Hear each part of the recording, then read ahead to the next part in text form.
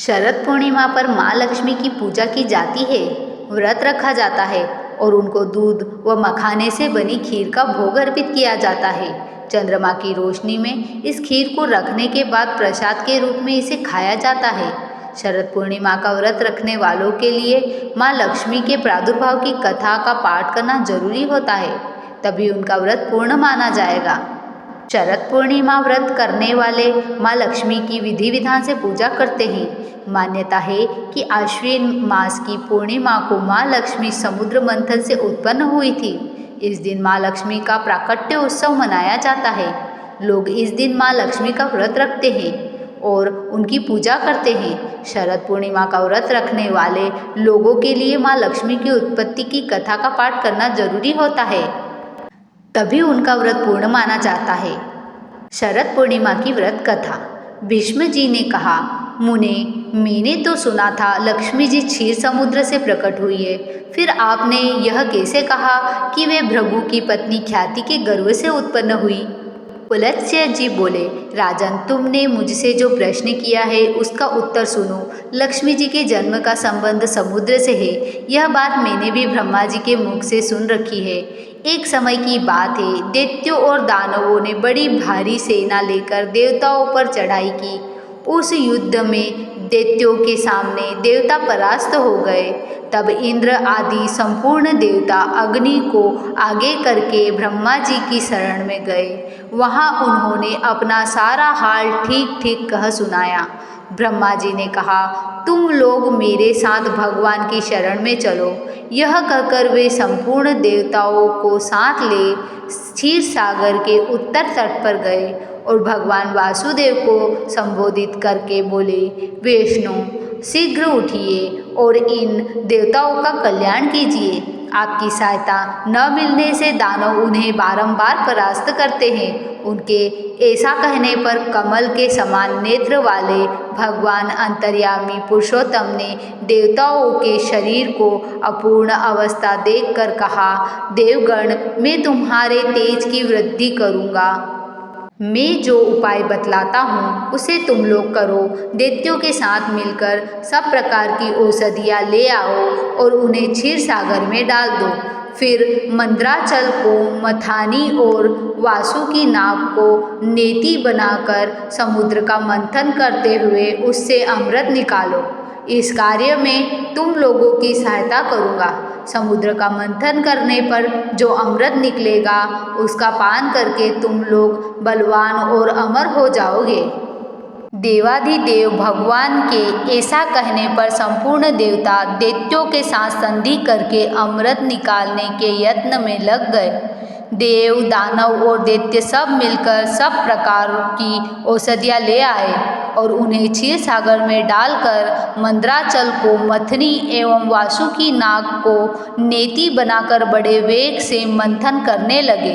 भगवान विष्णु की प्रेरणा से सब देवता एक साथ रहकर वासुकी पूछ की ओर हो गए और दैत्यों को उन्होंने वासुकी के सिर की ओर खड़ा कर दिया।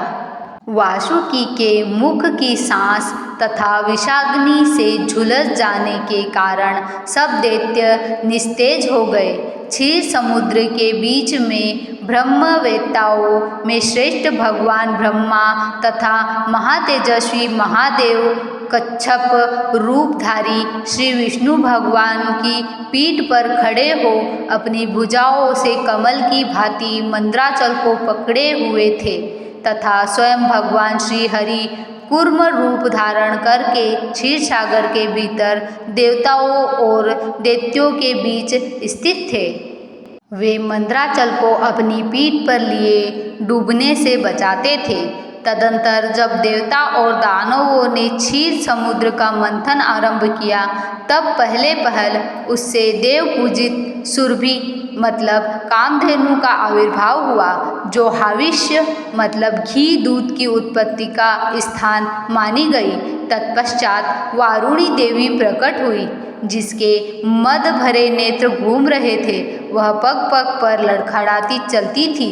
उसे अपवित्र मानकर देवताओं ने त्याग दिया।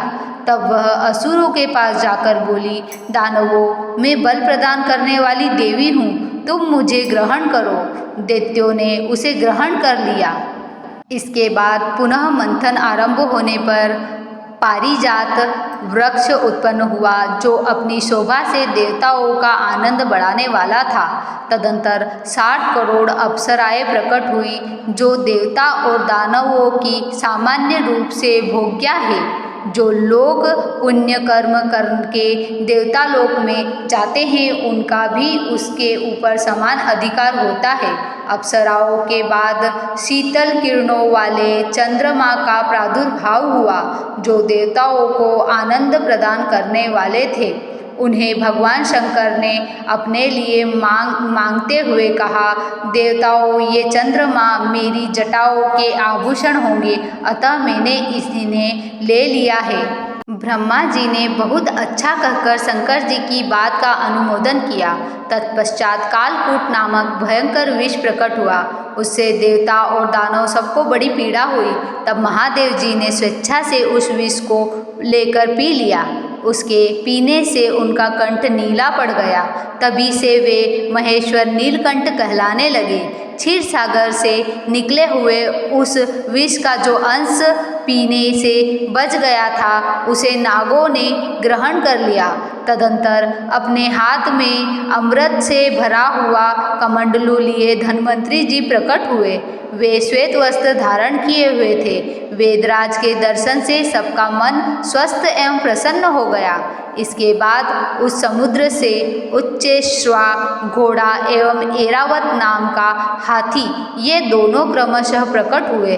उसके तत्पश्चात क्षीर सागर से लक्ष्मी देवी का प्रादुर्भाव हुआ, जो खिले हुए कमल पर विराजमान थी और हाथों में कमल लिए थी। उनकी प्रभा चारों ओर छिटक रही थी। उस समय महर्षियों ने श्री सूक्त का पाठ करते हुए बड़ी प्रसन्नता के साथ उनका स्तवन किया। साक्षात क्षीर समुद्र ने प्रकट होकर लक्ष्मी जी को एक सुंदर माला भेंट की, जिसके कमल कभी मुरझाते नहीं थे। विश्वकर्मा ने उनके समस्त अंगों में आभूषण पहना दिए। स्नान के पश्चात दिव्य माला और दिव्य वस्त्र धारण करके जब वे सब प्रकार के आभूषणों से विभूषित हुई, तब इंद्र आदि देवता तथा विद्याधर आदि ने भी उन्हें प्राप्त करने की इच्छा की। तब ब्रह्मा जी ने भगवान विष्णु से कहा, वासुदेव, मेरे द्वारा दी हुई इस लक्ष्मी देवी को आप ही ग्रहण करें। मैंने देवताओं और दानवों को मना कर दिया है, वे इन्हें पाने की इच्छा नहीं करेंगे। आपने जो स्थिरतापूर्वक इस समुद्र मंथन के कार्य को संपन्न किया है, इससे आप पर मैं बहुत संतुष्ट हूँ। यो कहकर ब्रह्मा जी लक्ष्मी जी से बोले, देवी, तुम भगवान केशव के पास जाओ। मेरे दिए हुए पति को पाकर अनंत वर्षों तक आनंद का उपभोग करो। ब्रह्मा जी के ऐसा कहने पर लक्ष्मी जी समस्त देवताओं के देखते देखते श्री हरि के वक्षस्थल में चली गई और भगवान से बोली, देव, आप कभी मेरा परित्याग न करें। संपूर्ण जगत के प्रियतम, मैं सदा आपके आदेश का पालन करती हुई आपके वक्षस्थलों में निवास करूंगी। यह कहकर लक्ष्मी जी ने कृपापूर्ण दृष्टि से देवताओं की ओर देखा। इससे उन्हें बड़ी प्रसन्नता हुई। इधर लक्ष्मी से परित्यक्त होने पर दैत्यों को बड़ा उद्वेग हुआ और उन्होंने झटपट धन्वंतरी के हाथ से अमृत का पात्र छीन लिया। तब विष्णु ने माया से सुंदर स्त्री का रूप धारण करके दैत्यों को लुभाया और उनके निकट जाकर कहा, यह अमृत का कमंडलू मुझे दे दो। उस त्रिभुवन सुंदरी रूपवती नारी को देखकर दैत्यों का चित्त काम के वशीभूत हो गया। उन्होंने चुपचाप वह अमृत उस सुंदरी के हाथ में दे दिया और स्वयं उसका मुंह ताकने लगे। दानवों से अमृत लेकर भगवान ने देवताओं को दे दिया और इंद्र आदि देवता तत्काल उस अमृत को पी गए। यह देख दैत्यगण भांति भांति के अस्त्र शस्त्र और तलवारें हाथ में लेकर देवताओं पर टूट पड़े, परंतु देवता अमृत पीकर बलवान हो चुके थे। उन्होंने दैत्य सेना को परास्त कर दिया। देवताओं की मार पड़ने पर दैत्यों ने भागकर चारों दिशाओं की शरण ली और कितने ही पाताल में घुस गए। तब संपूर्ण देवता आनंद मग्न मन को शंख चक्र और गदा धारण करने वाले भगवान विष्णु को प्रणाम करके स्वर्गलोक में चले गए। तब से सूर्य देव की प्रभा स्वच्छ हो गई, वे अपने मार्ग से चलने लगे। भगवान अग्निदेव भी मनोहर दीप्त से युक्त हो प्रज्वलित होने लगे तथा सभी प्राणियों का मन धर्म में संलग्न रहने लगा। भगवान विष्णु से सुरक्षित होकर समस्त त्रैलोकी श्री संपन्न हो गई।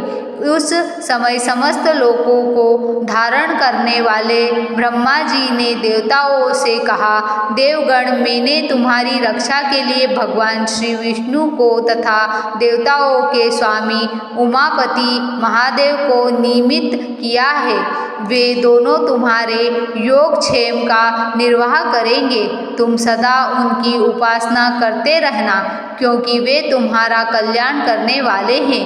उपासना करने से ये दोनों महानुभाव सदा तुम्हारे क्षेम के साधक और वरदायक होंगे। यो कहकर भगवान ब्रह्मा अपने धाम को चले गए। उनके जाने के बाद इंद्र ने देवलोक की राह ली। तत्पश्चात श्री हरि और शंकर जी भी अपने अपने धाम वैकुंठ एवं कैलाश में जा पहुँचे।